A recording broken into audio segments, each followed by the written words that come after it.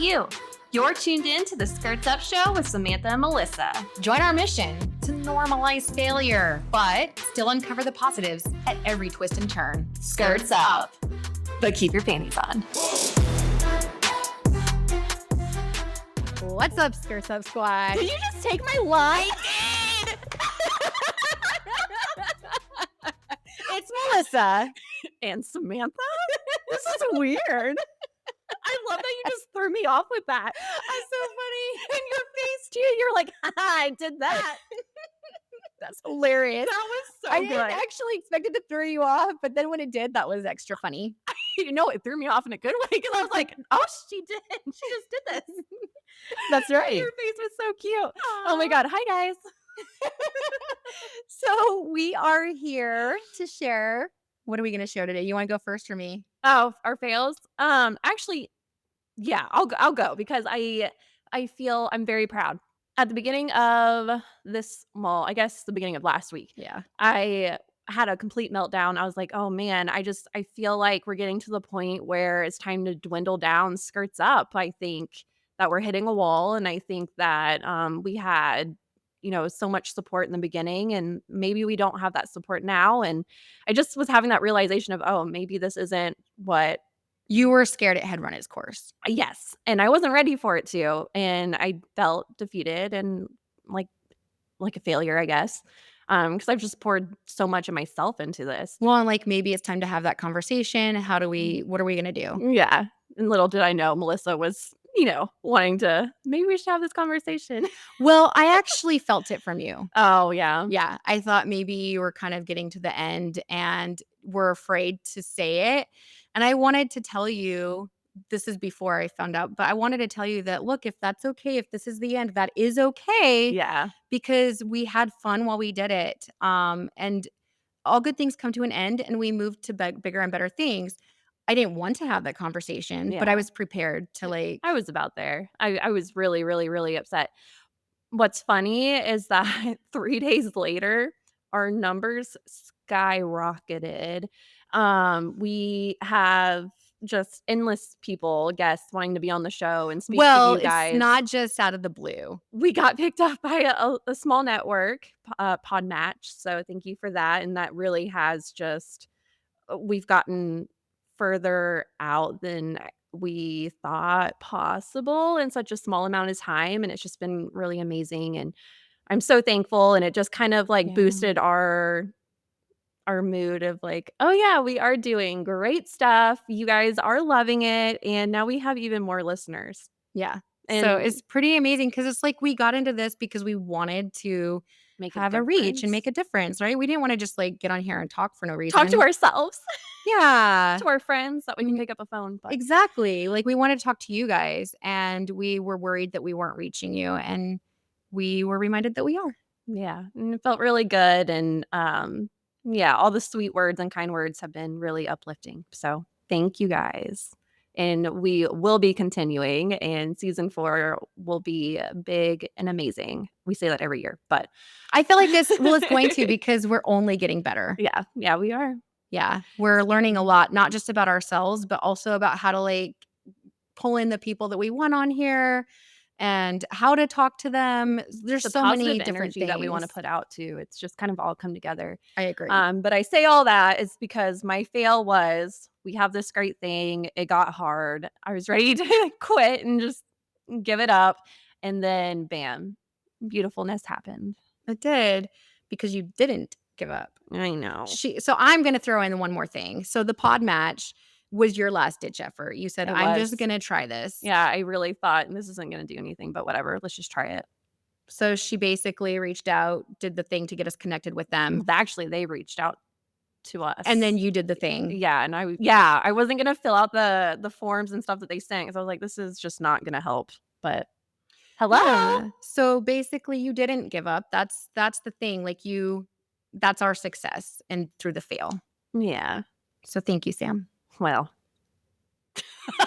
Okay. You guys want to hear mine? It's dumb and silly and cute and fun. Yes. Okay. So you all know I went and did the boudoir photo shoot with One Soul Boudoir. I told you your It's not my hair fail. Oh, tell me more. I know, Sam, she's trying to micromanage what I talk about. Shut up. Okay, tell me I'm more. going to. Okay. Okay, tell me more. Y'all, Okay, I'll stop being annoying. please. I'm sorry. I had too much coffee. No, you're fine. It's hilarious. You're hilarious. They're all laughing so hard. Just kidding. Okay, so I went to one Soul Boudoir and, what we do is, like, a lot of times, like, they they always talk with you beforehand, like, "What do you want out of this shoot? What do you want it to look like?" And then they'll pull things to kinda, like, clothing-wise, and you can bring your own clothes, for the shoot to kinda, like, match that aesthetic. Well, one of the things that and then sometimes they'll pull their own ideas too. Mhm. They have a really cool, what's it called? What Wardrobe? no, well, they do. They have a cool wardrobe. No, remember what they have different sets that they set Mhm. up? They have a set right now that they're calling Cloud 9, Oh, yes. and it just looks like you're laying on a bunch of white fluffy pillows, and there's, like, sheer white curtains and stuff like that. So David had the idea because I wanted to be pinup style, and so I had bright red lipstick, and I had, like, a fair face, and my hair is dark, and so he had the idea to put me in white and do Cloud 9. Well, immediately I had a bad reaction to it, and I realized it's because white has such a huge plays such a huge role in the Mormon church. It's just all about purity and sanctity and all of that, and I kinda was like, "Ugh," I wanted to throw up a little in my mouth. Wait, are you serious? Like, it was literally a physical negative, like, "Oh, I don't wanna do this. We're getting Uh-huh, out?" uh-huh. So, he brought in the thing, I said, "I don't wanna wear that, I'm not gonna wear that." And they're like, "Why?" And I was like, and then I had to actually think about it, and That's the worst when someone's like, "Well, why are you acting like that?" Or, "Where's that coming from?" And you don't know, you have to think about it. well, yes, it can be the worst, but it actually was good because it made me kind of go like, "Why? I don't know why." And then the more I thought about it and then they left the room, they came back and I was like, "It's because of this." And here's the thing, I don't hate the Mormon church. I did there's some I mm, I think hmm? is resentment too strong of a word? Like, maybe you Yeah, resent. you could say I could yes, you could say I resent it. There's some resentment there. There's some trauma there. There's just true, religious trauma, and that could be with any church. So I'm not trying to just call out the Mormon Right. church because I also have friends and family who are still very active, and that's what they need in their life. Okay, just had to put that disclaimer out there. Every time I talk about the church, I feel like I need to. That being said, yeah, I did not wanna wear the white, and I didn't wanna feel like I was walking into the temple. And Wow. so David left, they came back, I explained, "You know what? I think this is why I'm feeling that way." And then he came back and he's like, "What about if we put a red boa around your neck?" And I was like, "Interesting. Ooh. Interesting. Like, you mean like a fuck you?" And he was like, "Yeah."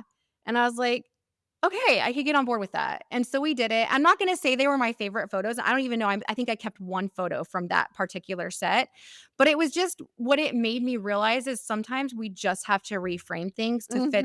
to fit the narrative that we're happy and comfortable with. And Yes. so, like, it could have been a fail, but it was like trying something new. And I think it was like the exact example of why we talk about fails or things because I tried something new that I wasn't really loving. And then you know what? We were able to kind of reframe it. Well, first was able to take the time to think about, like, why. Oh, you're right. That's I exactly mean, and then that leads into, like, okay, well, now here's the why. How can we make this right. right? You're right. Because if you don't think about how you're feeling and why you're feeling the way you're Mhm. feeling, you're just going to have all these emotions that are like, "Bleh," right? And then people are like, "Well, what's wrong with you?" And it's like, "Well, what's wrong with you?" But then, like, Exactly. no, I mean, really, like, why? Like, Why? Let's get some introspection going on. And mhm. so I was able to do that because I had supportive people around That me. is wild. I know. Wow, I love that. I thought you might like that one. Yeah. That because it's an interesting connection, like, they do take so much time to get to know you and, and what you want and triggers so that nothing happens during a shoot, Yep. and it's kinda cool that, okay, a trigger did happen during the shoot, and then they also just rolled with it. Yeah, exactly. So that's actually really, really, really cool of David and Jill, Yeah. um, Yeah. not cool that you went through that, but it's No, cool that it was cool. It was able to kinda see, like yeah. So, anyways, just yeah, interesting. But I yeah, love that. getting in touch with our feelings and being introspective and being able to understand why we're feeling what we're feeling and how we can work with it. I thought that was all very interesting. Well, speaking of feelings, today we're doing a second episode with Amina. You guys had a very strong connection with her when we had her on our first season. Our first season. Holy smokes, our first season. And she taught us about lucid dreaming and walked us through what dreams can mean and how we can use our dreams to improve ourselves and work on parts of our lives that we need it. And I was going through this period where this one thing kept popping up in my dreams and I just really couldn't make sense of it. And some of you had more questions revolving around dreams. And so we had her back on. Mhm. And this is just another deep Deep conversation dive. of dreams. Truth is, we could have her on again. Oh, yeah. We could So talk to her we forever. might have some favorite reoccurring guests like Melissa Walker, Amina. Oh, Amina, are we gonna start mentioning you every episode like Melissa Walker? Maybe. We Maybe might. that's where we are. We pretty much love you. So yeah. So everybody enjoy. And it's Amina again from the dream world. Today we have with us Amina. She joined us in season 1 and taught us about lucid dreaming and how we could basically train ourselves to experience that. I have yet to do that. And she is back on to clarify on some questions that you guys had. And plus, we want to catch up with her. Absolutely. And don't forget, we found her because she has her own podcast Yes. called The Dream World with Amina, or is it just The Dream World? Yeah, just the Dream World podcast. Yeah. It's pretty cool, guys. So, okay, let's catch up. let's do it. What's going on? Yeah, I'm so excited. Good to see you guys again. It's been like about a year maybe. A lot has Yeah. happened, good things. Still doing the dream stuff, dream coaching, podcasting, conferences for dream research, which I may have talked about, and yeah, workshops and things like that. I just love, continuing to teach people how to lucid dreams and understand their dreams in general. Yeah, so I remember, and this has been a while, but like I want to say you traveled to Europe for a conference. I did, yeah. Last June, I was in the Netherlands. They have a conference there every couple years. Usually it's in the States, but there is a lot of dream researchers in Europe as well, so they kind of alternate. This year, it's actually online, which is going to make it more accessible to people, that they don't have to travel, so that's great. Right. That is really nice, actually. So, did you guys do anything? What did you guys learn, or what was the most exciting thing? Yeah. So, just for those that don't know, it's called the International Association for the Study of Dreams. It's like one of the oldest, most established dream research organizations. We connect with all these researchers and scientists, and everything from the science, the art, and the spirituality kind of come together to just kind of show the latest stuff. At the Netherlands conference last year, I did a workshop for lucid dreaming. So every morning I had a group of people come together and we talked about our experiences. It was some beginners, some experienced lucid dreamers. So it was kind of a good mix. And we all just learned from each other. There were some awesome presentations. One of my favorites was one about how animals dream and how their dreaming process is very similar to Wait. ours. Yeah, animals. And Oh. not Tell just me cats more. and dogs either. Like, not just cats and dogs, but like mice, octopus, even fish. Like, pretty much every animal. And like, how are all they has Even some sort of fish, because I feel like you always hear studies that like, oh yeah, Fish dream. elephants and octopus and mice and rats, they're so smart, and fish, they don't have feelings. They're so dumb. Like that's just like what you hear. But how are Yeah. they studying this? Yeah, I mean, I'm not sure exactly which animals that this specific study worked on, but some people are definitely starting to look into it, just studying animals' brains while they sleep. And, they found that they have similar purposes for dreaming as we do, processing daily emotions, consolidating memories, planning out for the future. Like one study with rats, the rats would sleep on it and plan out the maze, and then they would be able to do the maze better and things like that. So, very similar to our purpose for dreaming. And yeah, although it's not proven for sure, I'm pretty sure that some animals even have the capability to lucid dream as well. Interesting. And of course, they can't like tell us, like, oh, yeah, I had a dream. Yeah, Yeah. exactly. Yeah, but you see your dog running If in my his dog sleep. Yeah, that's true. I was gonna say if my dog Waverly was still alive, she could tell me because we used to talk. But Yeah. what? No, that would be interesting because there are the animal psychics. Animal communicators, yeah. And so I Exactly. wonder if we could, like, if there's like a reputable one that could kind of Oh, speak on that. absolutely. That would be kind of I'm interesting. sure. Yeah. I got you. I'll get us one. Yeah, I love it's that. cool Thanks for stuff. sharing. Yeah, and that was just one of the presentations that I remember that stood out Yeah. to me. There were so many different things, so many different studies that have been done. And it's not just about lucid dreaming. It's about dream analysis. It's about different kinds of dreams. Mm-hmm. You know, the metaphysical stuff and the stuff that we have more material data for. So it was a really fun, really awesome conference. That's amazing. That was one of the things that I started wondering. I actually did not realize when we met you the first time that lucid dreaming kind of fell onto the metaphysical side of things until I was talking. Kind of. What? Yeah. No, go ahead. Go ahead. What's your feelings on that? Well, so it is and it isn't, you know, because back in the day, maybe 10, 20 years ago, it wasn't as well understood. But today, I mean, we have scientific proof for lucid dreaming. We've studied brains in the lab while people have been lucid dreaming. So we know the brainwave activity, the physiological markers of what's going on while we're lucid. So lucid dreaming is pretty scientifically established as a real thing, you know. There are still some Yeah. people that have never experienced it. So maybe they're like, I don't know, I can't really understand the concept, but it's scientifically a fact. It's a thing. There are more anomalous types of dreams that are more metaphysical, such as like shared dreaming and dream telepathy communications, which I also believe are a thing. Okay. And the thing with lucid dreaming is it can get very spiritual and metaphysical. Like you can have these awesome spiritual growth experiences and transformative dreams. So it does get a little spiritual, but having a lucid dream itself, like we don't have any doubt about that, if that makes sense. I guess it was some of the feedback that I had gotten personally is that we had some people stop following us because their religious beliefs found that lucid dreaming was basically a form of against the Bible. And so I was like, Wow. oh, I really had You know no what's idea. funny? I'm sorry. I would love to talk on this actually because I come across Please, this a lot. I have nothing against religions or anything, you know, I'm open to everybody, but I understand that this is a common narrative that a lot of people are scared of lucid dreaming if they don't understand it. But, you know, if we're speaking on like Christianity, for example, or even other religions, dreams are spoken in the Bible multiple, over 200 times. Totally. And That's why lucid I was dreaming as well. confused. People get visions from God in their lucid dreams. And like it's in the Bible a lot of times, but a lot The of people are very stuck prophets. in their ways. Exactly. Prophets and different types of dreams. Joseph was a dream interpreter, very and pronounced one for the Egyptian pharaoh and things like that. He was. So yeah, some people are just very close-minded. They don't understand.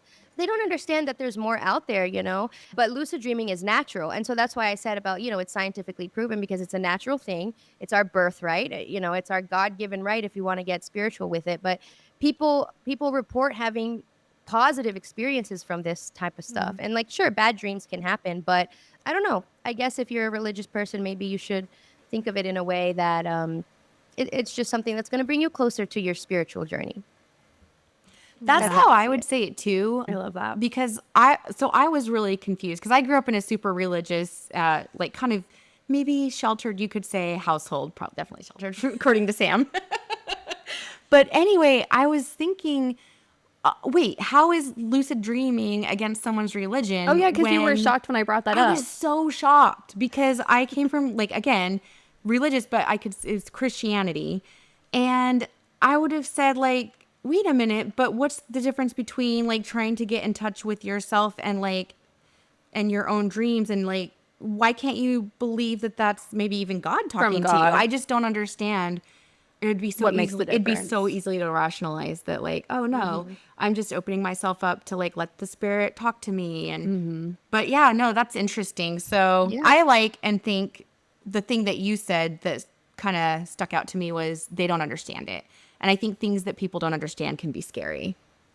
For sure. And you literally yeah. said exactly what I've like tried to explain to people. So it makes me feel a little more validated because I don't know the Bible very well, but like literally I know that there's prophets. And what's the difference between a prophet telling you the future by dreams? Like, Yeah, and I forgot that Joseph actually, that's how he got out of his imprisonment was with the Pharaoh. Like, he interpreted the dream. You're right. I totally forgot about that. Yeah, dreams have been around But for eons, literally. So it's cool. I right, think and people how get are you scared. supposed to like not Yeah. I think you're Yeah. right. And then like how Yeah, do you, they get my guess scared. what I was going to say was how do you control yourself to not dream? I just don't understand. You can. I mean, it's definitely a practice, and I think that's why a lot of people are scared because dream work practices in general give a lot of the responsibility to the individual, right? You know, you're trusting in Mhm. Uh-huh. yourself, you're guiding yourself through the universe so you can experience positive things, negative things, like you're in charge really. So maybe that's kind of scary for some people, but if somebody has a lot of dreams that they're maybe haunted by or stressed out by or they don't feel like they're Mhm. getting well enough rest, there's a lot of things you can do to kind of mediate that, to either shift your dream content to more positive dream content by really diving Mhm. into that scary dream content, which again, not a lot of people want to do. Not a lot of people want to acknowledge the dreams in order to transform them. And you can also set the intention for restful, dreamless sleep, which some people do. So there's definitely ways, but I always encourage people to start writing down your dreams and figure out what are they Mhm. trying to tell you? Like what is your subconscious, repeating to itself over and over that you need to address or heal or work on or whatever it is. There's always a lesson there with dreams, even nightmares. They have Yeah. healing gifts. Yeah, I would say so. You know how we always have a fail at the beginning of our episodes? That's my fail.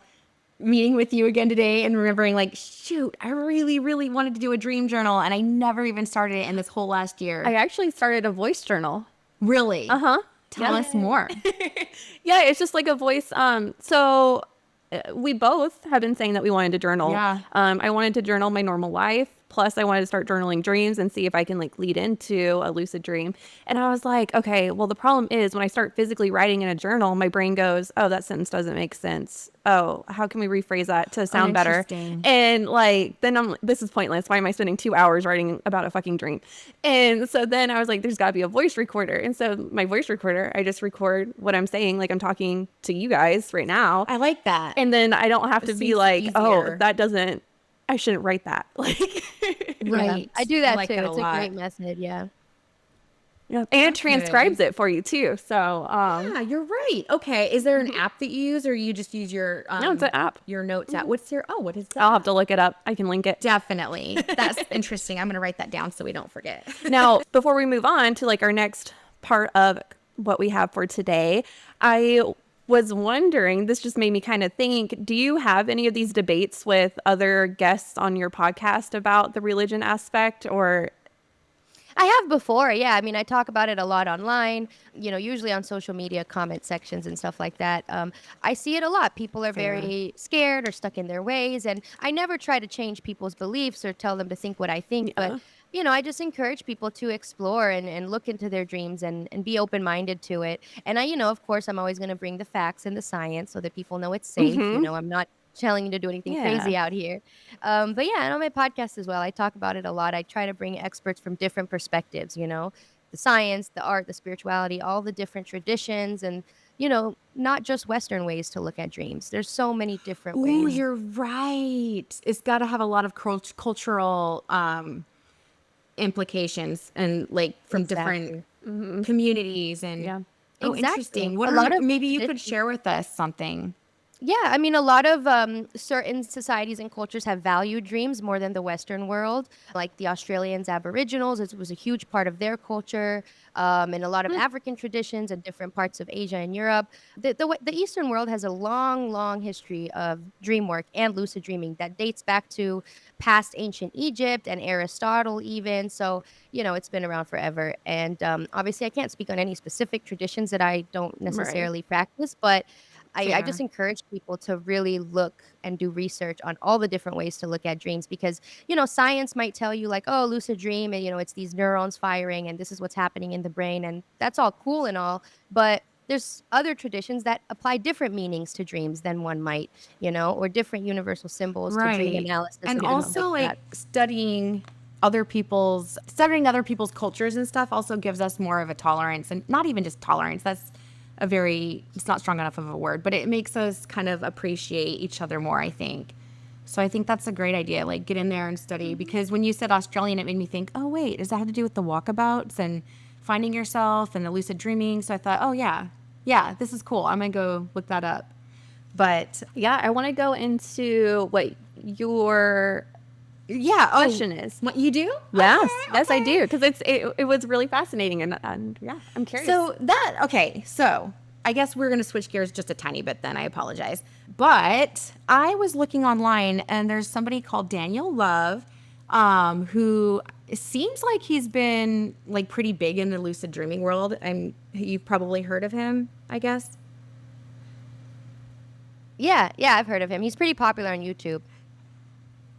Okay. So basically, he was taking questions and answers from people, and somebody said, "How often do you lucid dream?" And he said, "Well, I've been doing it for 40 years. I can do it whenever I want." And then he added on like another sentence, and he ended with that in the paragraph and went on to something else. And I was so confused because he said, "Quality is better than quality over quantity is better for sure," which that I get that.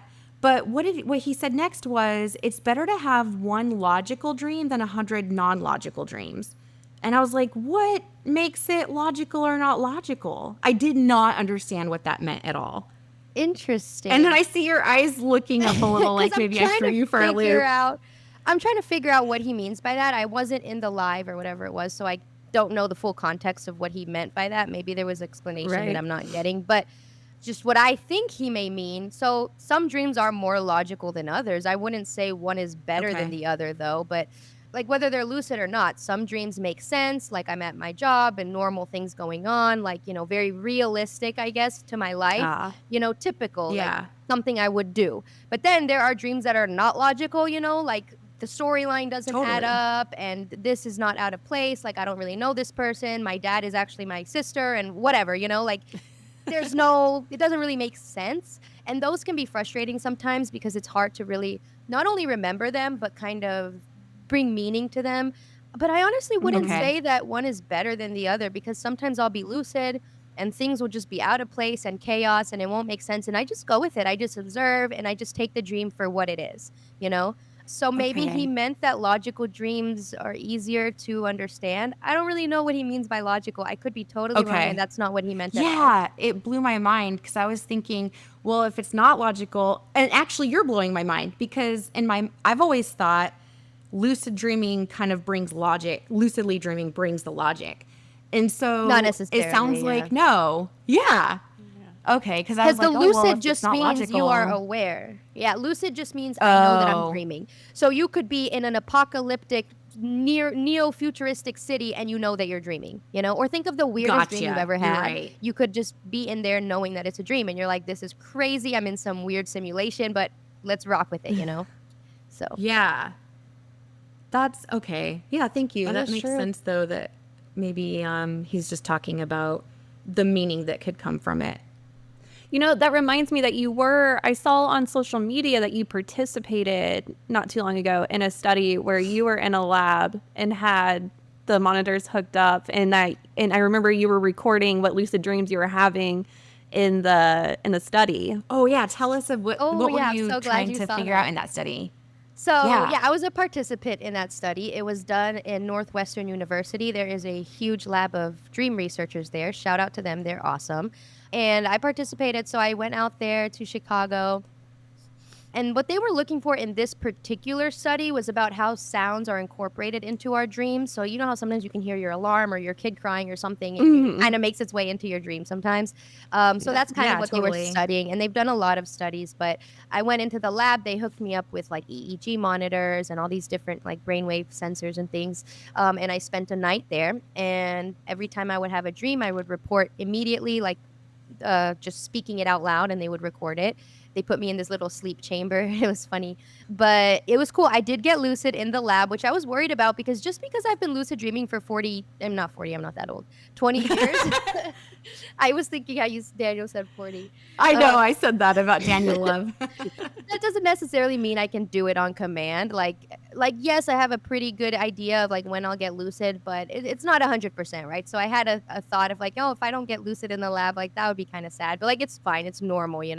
But luckily I Mhm. did. I had some lucid dreams in the lab, and what's cool is, what they do when they're doing this type of research is I'm asleep, right? So I'm in a lucid dream and they sent me signals and I heard the sounds from within the dream and I was like, "Oh, perfect. This is the signal." So what I did was I go left, right with my eye, like left, right, left, right. That's the agreed upon Okay. signal. And then the EEG readers can see when I did that. Like, okay, her eyes went left, right, left, right. It did the little scale or whatever it does.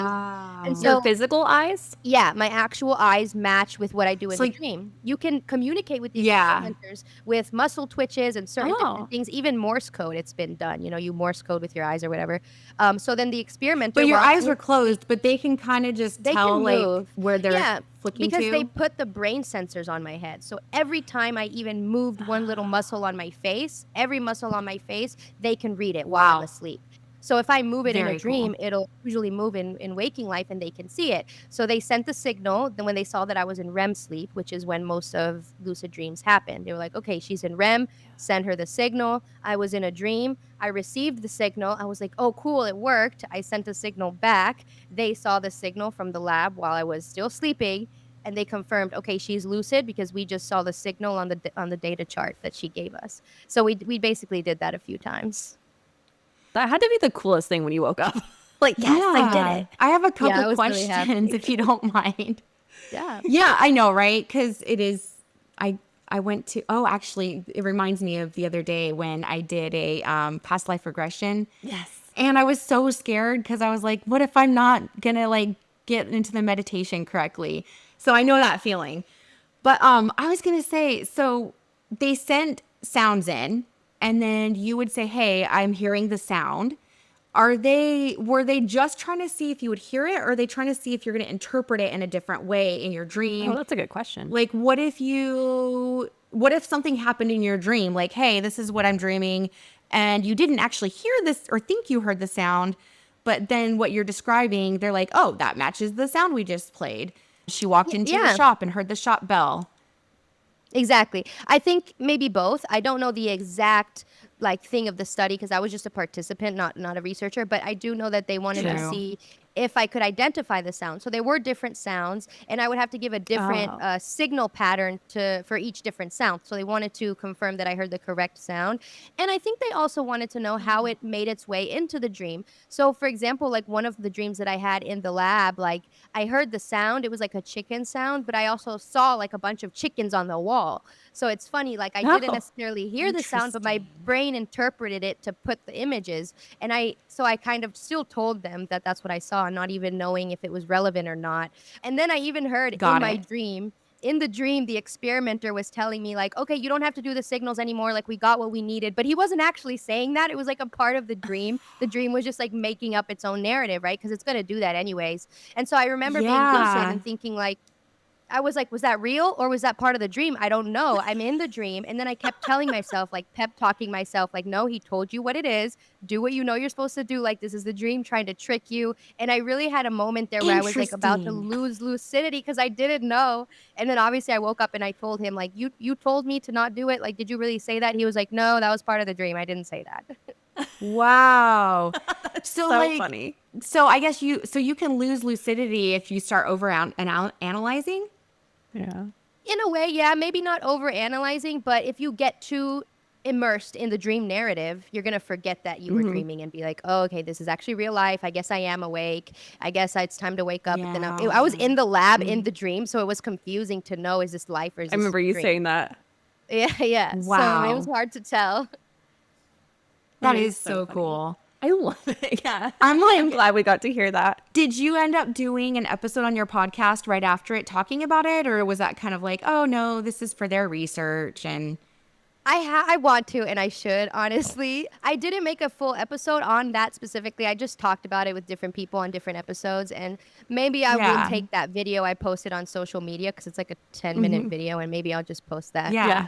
But yeah. Cuz I would love to I link was it if trying you to got one. yeah, I was trying to figure out I'm not tech savvy nor am I social media savvy, but I was trying to figure out how to share that from you onto our page so that people could see and like go to your page and I could not figure it out. So I was like, Oh, I can help you. I can send you the video I if mean, you want to I'm post not it or savvy, but oh, that's nice. yeah, or you could share yeah. the Yeah. social link, whatever works, yeah. I also posted it on Yeah. YouTube if that's easier. If you want to just post the YouTube Oh, that link. probably would What's your YouTube channel? The Dream World podcast. Yes, I keep it pretty Podcast. consistent. Okay, But just that because sometimes you have to you can't get the name you want. No. I know, yeah. That video that you watched, it should be on there. My experience with here. I'll send you the link if I have a chat here. Is there a chat here? Yeah. So it might be easier to share YouTube than Instagram or TikTok link. Yeah. Yeah. I'm just not social media savvy yet. Oh, yeah, but you're not afraid of learning. No. And that's the thing. So, okay, Sam, I wanted to bring up something that you were telling me is we had some people reach out to us, and she says she's not social media savvy, but she's the one that runs our social media. But yeah, so like we had some people reach out to us apparently. What was interesting is that some people were reaching out and they're like, hey, do you remember, like, from the conversation that you had with Amina, you guys kind of touched on this, but what about when you're seeing reoccurring symbols? And so I was like, oh, that's a good question. And then what's funny is that then I started realizing there is a very specific symbol that I was seeing in every dream, every other dream. And I was like, oh, that's actually a really interesting question. And I know that our listeners like examples. So for me, I was just going to say, tell us the story. What did you dream? so for me, orcas are showing up in every dream. Really? Ooh. Like in what way? Oh, anyway, Yeah. it could be that we're in the ocean and I'm like apprehensive about the orca, but then whoever I'm with is just like, oh, let's just dive in and swim. One of them that was really interesting was Nora. So my toddler was standing on the edge of the water. So she was standing on the land looking over the water, and a baby orca swam up to her, and I was like freaking out trying to pull Nora back, but the orca and Nora like touched noses, and then like that was That it. is so stinking magical. And they just pop up in every dream. And I'm like, why? Wow. This is so weird. Okay, well, let's do a little exercise for it. There's so many different ways to like dive into recurring dreams, so we can use these orcas as an example. And we may have done this a little bit in the other episode. I can't remember, but We did it a little bit. Yeah, That's the so funnest part, though. Let's do it I again. know. Yeah, so tell me a little bit about like what are orcas to you? Like if I was an alien from another planet and I have no idea what an orca is, like how would you describe that to me? Orcas, I am obsessed with whales, love whales. I travel to literally observe them and swim with them. But orcas is actually the one whale that I do not want to see. I definitely don't want to swim with it because I don't. I love humpback whales, and orcas, they obviously have a very distinctive hunting pattern to separate the babies from the moms, and they feast on the babies. And Of humpback whales. of humpback whales, yeah. And so orcas, I don't know, and they're flipping boats. They're and, enemy because you're team humpback. yeah. Okay, so you don't like love them necessarily, although you love whales. I don't love killer whales. They're beautiful, but they're not my favorite. Okay, fair. And you see, this is why it's very important to like really dive into each symbol, like whatever the recurring symbol is, because you could Google something online that says, oh, dreaming of orca means whatever, you need to touch your emotions or whatever. I just made that up. Like, I don't know. But, and it may or may not resonate with you because somebody might love orcas and they might research orcas for a living. And then here you have, you when you're like, they're all right, so like it might mean something totally different for you. You know what I mean? And then usually, and depending, of course, on the dream, like, are they nice in all the dreams? Do you feel the same in all the dreams? It's kind of like you were asking, like, what do they do in the dreams? Is it always the same? How are they big? Are they little? Like, what are the physical descriptions of it? And I could go on for like an hour asking you to describe all the different elements just to see what comes up. It's not because it means something specific, but it's because I want to see from your own words, from the dreamer's words, what you're saying, So I thought it was interesting. Yeah, I remember you. I was just going to start real quick. I just remember how you definitely said when you're trying to like help somebody figure out what they're dreaming, you don't want to lead them. Yeah. And so I remember that. And so when you're asking these questions, you're not leading them. You're just trying to understand them. Yeah. Exactly. Okay, Yeah, 'cause you don't want to put your projections onto them. You want to see what comes up naturally for the dreamer. And you said in your own words that orcas are something you don't want to see, you know? And this is just one thing you said, but I would ask a follow-up question then of like, was there anything in your life that you don't want to see or that you see as the enemy, even though maybe you usually like it or something like that? I don't know, may or may not resonate, but those are Yeah. kind of questions you can start to ask and start to pair it with your life. And that dream journal, I'm glad you've been doing it because that'll definitely help. And then you can see how often do the orcas show up? Do they show up on a certain day? Do they show up when you're feeling a certain way? You Oh. know, you can start to like notice these Mm. patterns and you're really just like studying it for yourself. And it's not about getting a solid answer. It's just about learning like what the dream's trying to tell you. And maybe it'll make sense later on. So you don't think that the orcas, every time they show up, have the same meaning, the same It may or it purpose? may not, you know. It could be kind of Okay. pointing you towards something, you know. It's really hard to say, you know. I can't tell you for sure. But I do think that if you continue to write down your dreams, and every time you do see an orca, you know, kind of look at, kind of compare it to the other orca dreams and see the similarities and Yeah. differences. And the other thing I wanted to talk about is lucid dreaming is really, really great when you have recurring dreams because what you can do is now you know you see an orca often in your dreams. Let's say twice a week you dream of an orca. I don't know.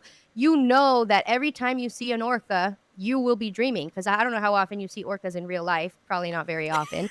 So No. train your brain. Every time I see an orca, I will know that I'm dreaming. I will do a reality check, a dream check, or whatever recurring Uh-huh. symbol it is. You can use it to your advantage to lucid dream. So, That's like, a I cool train tip. myself.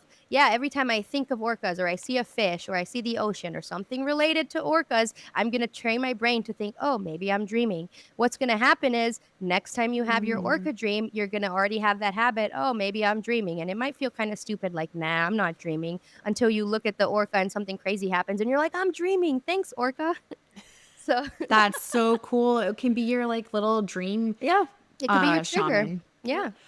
Well, Okay. yeah, and what's funny is so I was telling my mom, I was like, it's starting to really bother me. Like these orcas are popping up in like every dream and it's just so weird. And you know, I don't have a personal meaning of them for me. And then when I was looking up, of course, like all the different interpretations of all on all the different types of sites, nothing was resonating with me until there was one that said that orcas could be your totem animal, I think is what it was. And so then I started looking into totems and trying to figure out what that meant. And so basically, like orcas could be like your messenger. And then also, it could mean that someone in your life is going through a personal conflict or struggle and that you Really? need to like maybe reach out to them and like, you know, help them out a little bit. And as I was saying that, my mom was like, oh, well, orcas had always been my favorite animal growing up. And I was like, oh, okay. Actually didn't know that. And I was like, well, is everything okay? And she goes, meh. And then she like kind of Wow. told me that like, meh, things are a Not little, amazing. yeah, Maybe you knew it on a subconscious level. no clue. Wow, that's Um, interesting. Yeah, orcas are very connected to their families too. I feel like whales in general, right? I don't know, maybe I'm wrong about that, but No, no, they're you're you're right. really right. yeah, so We're such dorks with animals. yeah. No, that's really interesting that you found that connection. And like I said, there may be more to it, there may not be, but like keeping a dream journal is a cool Yeah. way to just keep track of it. And when you go to sleep tonight or every night for the rest of the month, you know, just have a little thought in your brain. If I see an orca, I will know that I'm dreaming. Like it's a really easy trigger for you. Love it. I like that. Yeah. I wanted to point out something that, well, actually, I had two things going on in my mind. Let me do this one first because it's kind of dedicated towards Sam. So when you were talking and telling the dream, I was thinking, oh, I wonder if it's this. And in my mind, this is what I was going to ask you. Do you have something in your life that you're kind of hesitant about, that you're a little bit scared of, that maybe kind of is starting to like, maybe you're finding out is not as bad as it really could be? I mean, that's not a bad question because I was explaining how, like, I was always apprehensive. I'm always apprehensive about the orcas, but whoever I'm with, or, you know, Nora is always like, oh, whale, jump in. It's Yeah. fine. I Nothing comes up. I feel like I was trying to make that narrative fit when I was trying to process it myself, but I couldn't exactly come up with something that I felt like made sense. Fair, because that's where I was thinking like, oh, once you kept talking, I thought, wow, this is interesting because Amina, you're so good at asking the right questions and not leading people. Yeah. And I was thinking, yeah, because it could mean so many different things. but you, like, right? The dreamer knows themselves best, right? And that's what it made me think. I want to say you said that in our last meeting. Definitely. Yeah, definitely. I can't tell you what it means, but I know that deep down in there, like there's some sort of meaning, or maybe there's not, and either way it's okay. But what was I gonna say? I forgot. Oh well, it'll come back. Yeah, I'm like a concrete person. Like I feel like there has to be a meaning and I need to figure it out. That's actually what I was thinking. I was going to say, well, if you feel like there's a meaning, there's probably a meaning. That's what, when I was, okay, back to the past life regression thing. I know it's not the same, but I was in a meditative state and I was sharing out loud what I was seeing and feeling as she guided me into a past life. And one of the things was, I was like, I don't know. I don't know if this is what I'm thinking or if this is what it means, but it keeps popping into my head, but I don't really want it to mean this. And she was basically like, well, if you feel like it means something, it probably means something, and you have to just trust your gut. And I'm wondering if you can apply that to lucid dreaming. Definitely, yeah. Dream work is in general is just a very intuitive thing. It's really about you and your subconscious and that like dialogue between you and your inner self. And nobody knows you better than you. So I definitely think Yeah. there's a lot of intuition with it. Looking up meanings and things can definitely help. But like you said, you'll know if you feel it or not. You don't have to force something to resonate. Yeah. Um, but yeah, just keep looking into it. Like start asking yourself, like, what are the qualities of these whales, like what the other characters in the dream are doing, kind of like we've been talking about, and just like Mhm. everything you can just to like build that free associative thinking. Like it's okay if all these questions don't necessarily have answers, but over time Yeah. sometimes a dream can make sense later on. Well, I'll let you guys know when it finally clicks because it's been bothering me, and so I just thought it was really interesting when someone was like, "Oh, I'm seeing," I think their example was like owls or something, and all the time, and then I was like, "Oh, I'm seeing Is it orcas," bothering you because they're making you uncomfortable in the dream, or because you don't know what it means? because And I you don't know feel what it means, okay? and you know me, I I need to know do. why. Yeah. Well, maybe you need to But do an aquarium trip and go see some orca whales. I don't Oh, know. let's go. I love the So aquarium. does It's literally my Jacob. favorite place. That's Jacob's favorite Yeah. place. We should all just go. Amina, when you're talking to Sam about the dream journaling and waking up and saying, okay, one thing that you said struck me. And you said, it's not, you said, what did you say? You said, write down like when you're seeing the orcas, how often are you seeing them? Write down everything you dreamed. But you also said, write down what's going on in your life and what you're feeling so that you can kind of like See if there's a pattern. see if there's a pattern. And I was just like, what? Wait a minute. Dream journaling is not just journaling about dreams now, I'm seeing. Yeah, for sure. And again, this may not apply to everybody. Like you don't have to do all these extra. There's so many factors. You don't have to write everything down. Yeah. But I have noticed patterns. Like on the anniversary of certain things, I'll dream of something related to that. Or like every couple months, on the same day, I'll dream of a certain symbol, and that kind of just gives me clues. With dreams, it's kind of like figuring out a puzzle. And so all these things might help you with Yeah. the puzzle. So if you feel like, oh, that might be helpful to me, then do it. If not, like it's fine. It's not like the most important piece of information, but it's just something that can add to understanding these patterns. I actually remember that video that you posted about you had a dream, and then when you're looking back in your journal, you realize that you have that same dream or that same thing every year, and you Yeah, made that the connection. dream like continued on like literally a year later, which I thought was cool. Like it was similar themes and stuff, and I hadn't even noticed. But sometimes I'll look in my dream Yeah. journal to like a year ago just to see if I can see Yeah. any Oh, connection. because like, oh, this is familiar. I feel like I've Well, dreamed that this kind of before. builds on to the other question. What is it? So the other question was having dreams that basically build off of each other. And so I was like, oh, okay, that's another great question actually for me too. Oh, Because from our listeners. Yeah. yeah, because when there's a couple of places. So I have two places that I visit frequently in my dreams. And in that dream, I can remember the past dream as if it was real. So there's like a resort that Simon and I go to. And like in my dream, I've learned the layout and it's like really confusing. But like, so I know that we're at the same resort and I know the layout now. And so then there's like a different hurdle. And then there's also, we were talking with, I think the past life. I was just going to say, I want to hear more about that. And I bet the listeners do too. Yeah. So then there was the dream, and I still haven't figured this one out. Tell Amina. Yeah. that it's like this store, I think, that I keep going into. And so in one dream, I was in the thrift store and I'm back in there. The owner was like, "Oh, hey, take whatever clothing and, shoes you need." And so I did. And then when I revisited the thrift shop, I remember walking around being like, "Oh, I've been in this shop before." And it looked exactly the same from like the last time I was there. And then I saw the owner and I literally started crying and like woke up crying. So I was like, "Thank you so much. You don't even like realize like how much like what you gave to me meant to me." And I don't even know who the fuck this lady is. And I don't even know what this thrift shop is. And I was like, "This is so weird." Wow, that's so cool. Okay, this is one of the most awesome, mind-blowing things about dreams that I really love.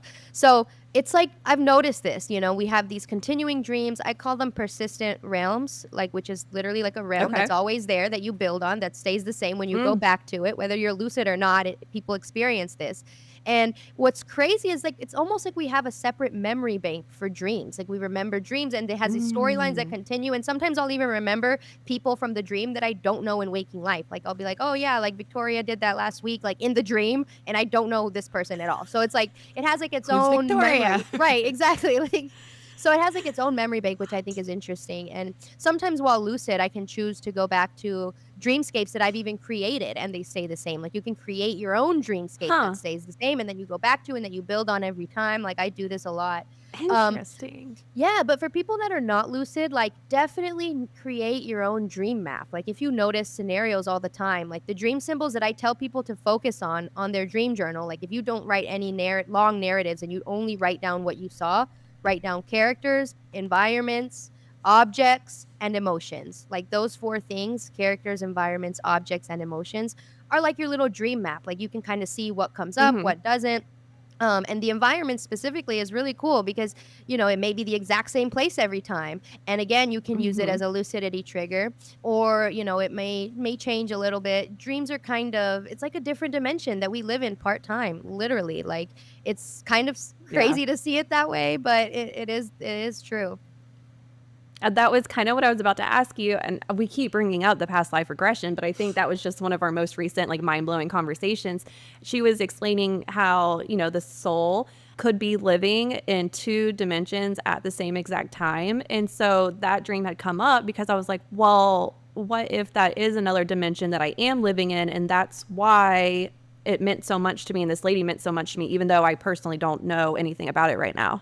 Yes, it could be. So this is where it gets more metaphysical, but it applies to the past life stuff Yeah. because there's actually a lot of scientific evidence for past lives and dreams are a big contributor to that Mm-hmm. because we'll have like 3-year-olds that dream of like Navy war Mm-hmm. pilots when they like name ships specifically and they name things that the Yep. 3-year-old doesn't know otherwise. So and this happens a lot. Like there are thousands and thousands of confirmed cases and then they've been able to Yeah. find whatever.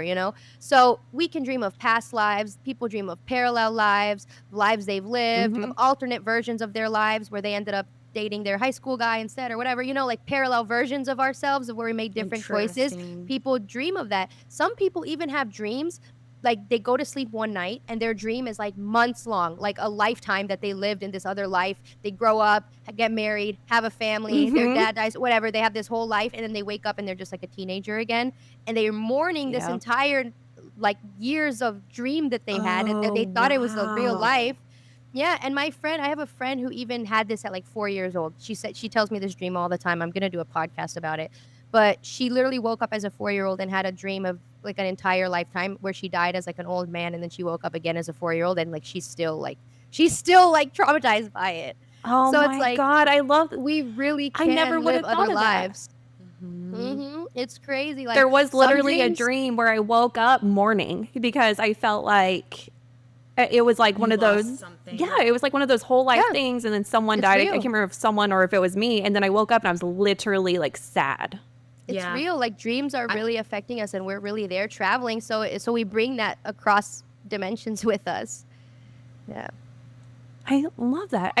Everyone, if you think about it, can relate to at least one of these aspects in one of these stories. So it's just really oh interesting yeah, to for link it. Do you sure. have any links? Is anything triggering like any like links for you? So just the idea. So I call them movie dream. Melissa Walker She's a friend of mine that I mention in every episode, apparently. She and I both have like really vivid dreams, and we call them movie dreams because it just feels like you're in a movie or you're watching a movie. It has like a whole storyline, and it's like you've lived a whole. It's almost like you were describing those living like a whole life. And so I would say 4 nights ago, I had one of these dreams, and I woke up and I said, I need to write this down. Did I? No.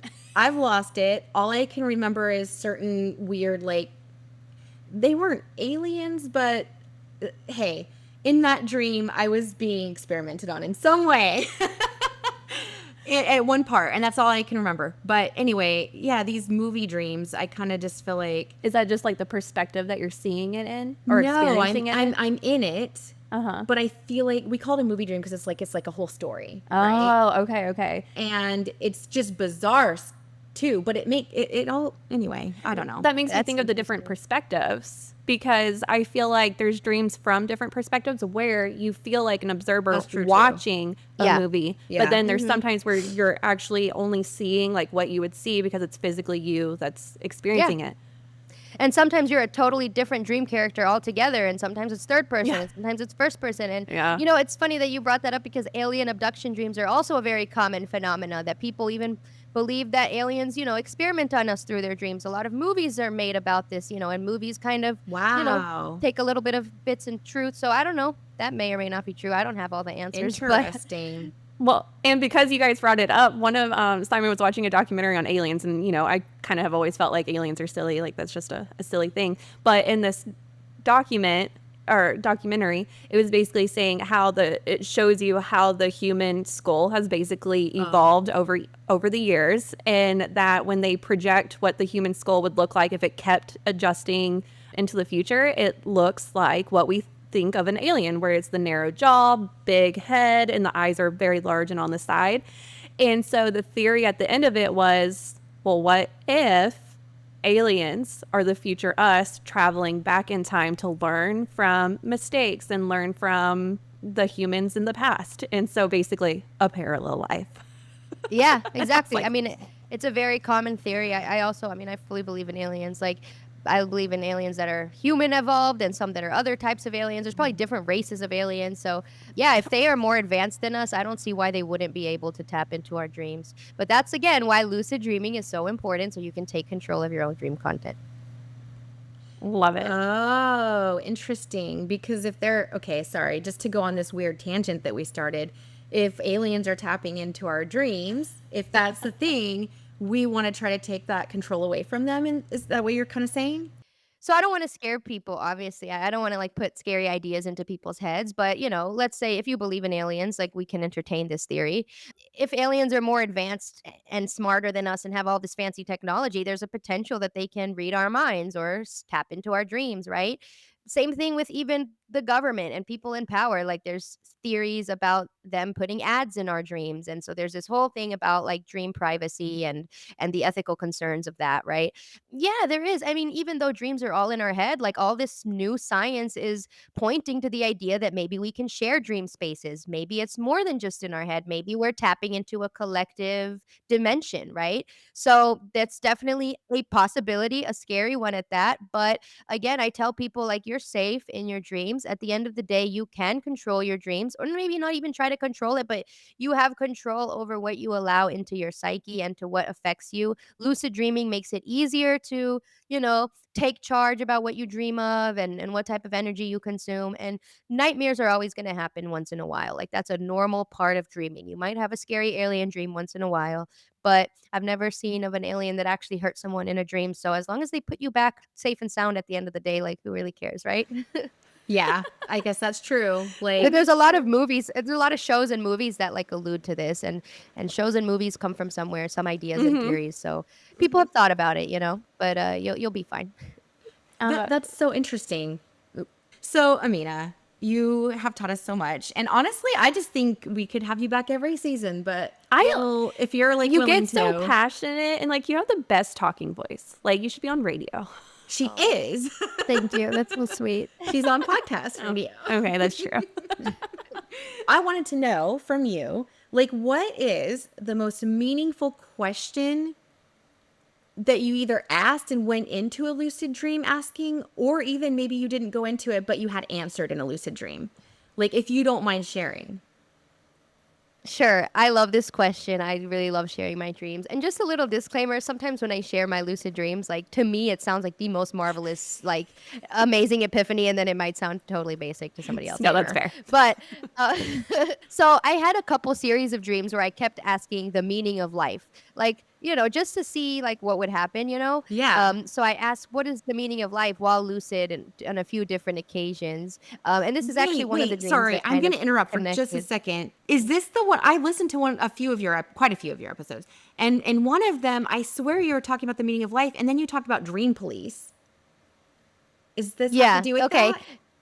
It's okay if it doesn't. It might have. I've had so many dreams that they overlap, but I can talk about what the dream police is, which is kind of an interesting thing. Um, so yeah, I mean, they can be related, but the Okay. meaning of life thing, when I would just ask, like, what is the meaning of life? I would get different answers. Sometimes I would get random answers, but this one that really stuck with me was it just gave me one word, and that one word was unity. And I always get something Oh. along those lines of like unity, community, like connection, like that is the meaning of life that my dreams give me. Wow. So it's like yeah, it's like this deep thing, but it's also like okay, what am I supposed to do with that? So Yeah. it's like elusive. And I've also had these big like just realizations. Like I had this one long lucid dream where my dream character was like, I'm your spirit guide and I watch you and Oh, like wow. I'm gonna take you somewhere. Yeah, and this is one of my favorite ones. And he took me to like this secret room that human dreamers are not allowed to go. So he told me to like stay quiet or the dream police will send me back to my body or wake me up, right? It's kind of like this concept that I called the dream police of like dreams that kind of wake you up when you get too close to like getting all the secrets or just whatever, when they feel like okay, you've had enough, you can wake up now, they'll kind of come around. So I knew this already because it's happened to me in a lot of dreams, so I was like okay, I'll try to lay low and just act normal. But he was showing me all this stuff. He was telling me like secrets of the universe. I can't even remember everything because it's impossible to remember everything from the dream. You're literally trying to remember everything that Yeah. you said like throughout hours, right? Yeah. Impossible. But you can remember the general messages of what you got and the general feeling. But he was showing me like this big TV screen, right? This is how the metaphor was shown to me in the dream. And the TV screen had like dinosaur era on it, like not like a movie, but like live. Like he was watching it live. And he was like, we can just change to any time and place on Earth. And we watch you guys. And like all eyes are on Earth right now. Like it's like this big like show. And like we are cheering you guys on. And like he could change to the 40s or the future or like us right now having this podcast. You know what I mean? So they literally watch us all the time, and they told me about how we live these different lives for different reasons, but we all kind of are connected, and like all these like big truths. And I had this years ago, kind of before all these new agey theories started to get popular, Yeah. but I still resonated with them. And so a lot of times I'll just have these like spiritual realizations. I've also asked for like advice on my own life, such as like what do I do about this situation, what do I do for my research dissertation topic, Mhm. like different things like that. And I've also gotten great answers that have guided me, through my life with that. Uh, Wow. so yeah, those are some of the bigger, deeper stuff. I'd have to search through my That's dream journal for more. But Yeah. no, that's amazing. When you talk about unity, it's like, yeah, it's super elusive because it's like, well, what is the point of like having like it's like I feel sometimes like we're in some kind of an experiment. The Truman Show? Or is that what it No. the Sherman Truman? I don't Yeah, the Truman Show. You're Yeah. right. No, not like that, but more like I sometimes feel like we're all just part of the same organism, if that makes sense. Like we're just thrown into a dish.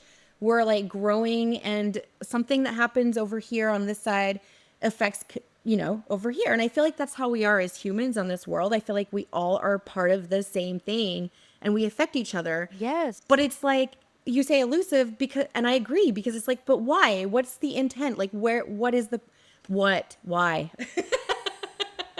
Oh, you made me remember another cool Please. dream story where I did this. So I go up to this random dream character and I ask her again, what's the meaning of life? She says, fruitivity and creative expression. And I'm like, that's interesting. This time I'm like, no, give me more. Like, what does it mean? That's just words. Nice. She was like, well, she goes, we're all just one big fake dream, simultaneously being dreamed by the bigger real dream. And I ask her, what's the real dream? She's like, some people call it God. And I ask her, so what's the fake dream? And she goes, I don't know. I'm like, me neither. And then we laugh and skip away. No. Yeah, and so that's kind of like it's kind of like really representative of like the whole concept then, because Yes. it's like, wow, so deep, but also like it's not even that serious. Like, Yeah, like who even cares? Are you having fun? exactly. And then in another one, I asked a dream character, how can I heal my traumas and my Ah. blockages? And they brought me this big plastic puzzle. And the pieces of the puzzle was like a word Scrabble puzzle. And then the one that I was working on said programming with like a bunch of R's. So I thought that was What? cool too. Oh, that is interesting. Programming to heal your blockages Programming. and traumas. Yeah, because there was So a I black cat too. So it I was loosely about to say, related so to maybe that. a cat?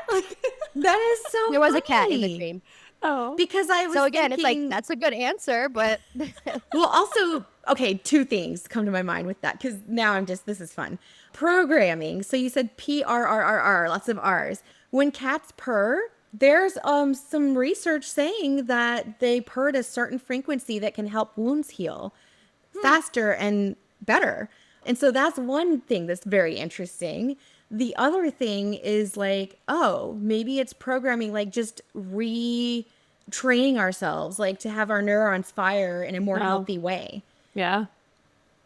I don't know. Do yeah, either both, of, I think. yeah, both? Yeah. Yeah, I think both, because I've also had, obviously, I believe both theories are true, because I've also had dreams with my cat, like laying on me in waking life. He'll like lay Yes. on my chest while I'm sleeping, and it'll like he'll make his way into my dreams sometimes. Like Yeah. I'll have dreams where he's like helping me heal people, and he's like telling me how to send healing energy around the world, and I can feel him purring on me like in my dream, kind of like that study I was Yeah. talking about. Like it makes its way into my Yeah. dream. That is Aw. so beautiful.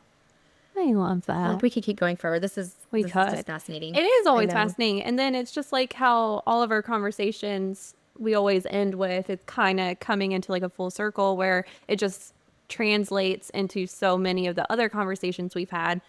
Like, yeah, Everything seems connected. everything does seem connected. It really, towards the end of the conversation, it even reminded me and brought me back to Laura's episode where we're talking about shaman practitioning, Practicing, yeah. and how everyone is the same energy, and it just that's kind of what Yeah. it made me think of when you were talking. Yeah. Yeah. It's crazy. Yeah, it's really awesome stuff. Dreams really do bring us all together, and people use dreams to talk to ancestors and understand them better and grow, and so it's just so many benefits to working with dreams. So just out of my own curiosity, as we come to an end, are dreams what you use as your main guide in your daily life? Some of the other people that we talked to, they use their tarot cards or their what's the O one that that I just got? Oracle cards. Oracle cards. Or some people would even say, no, you just need to go get therapy. So like, yeah. Yeah, there's a lot of different tools at our disposal, and dreaming is definitely my favorite one. Lucid dreaming as well. That's kind of like my thing, and I teach people about it. But again, find what works for you, whether it's meditation, prayer, whatever it is. There's so many different ways Yeah. to connect with yourself. I agree. I love it. And everyone has a different level or thing that's going to Comfort. like, yeah, or something that's going to like resonate with them. We're all different Yeah. on our own journeys. Well, thanks for joining us again. I'm so glad that we got to have questions asked, that we were able to touch base again and kind of get into that, and we learned even more. Yeah. And it's so fun just going on like little like journeys with you. Yeah. Like you're such an interesting person. I love talking to you. Oh, thank you. Likewise, you guys are so fun to talk to, and I'm happy to chat anytime. Well, Aw. thank you. Well, I'm sure that you guys keep asking questions, and I'm sure that we can do some more work with Amina in the future. Sounds like a plan. Yay. Alrighty. Skirts out. Awesome. Did you like the episode that you heard today? Great. Share it with a friend, and don't forget to rate and review.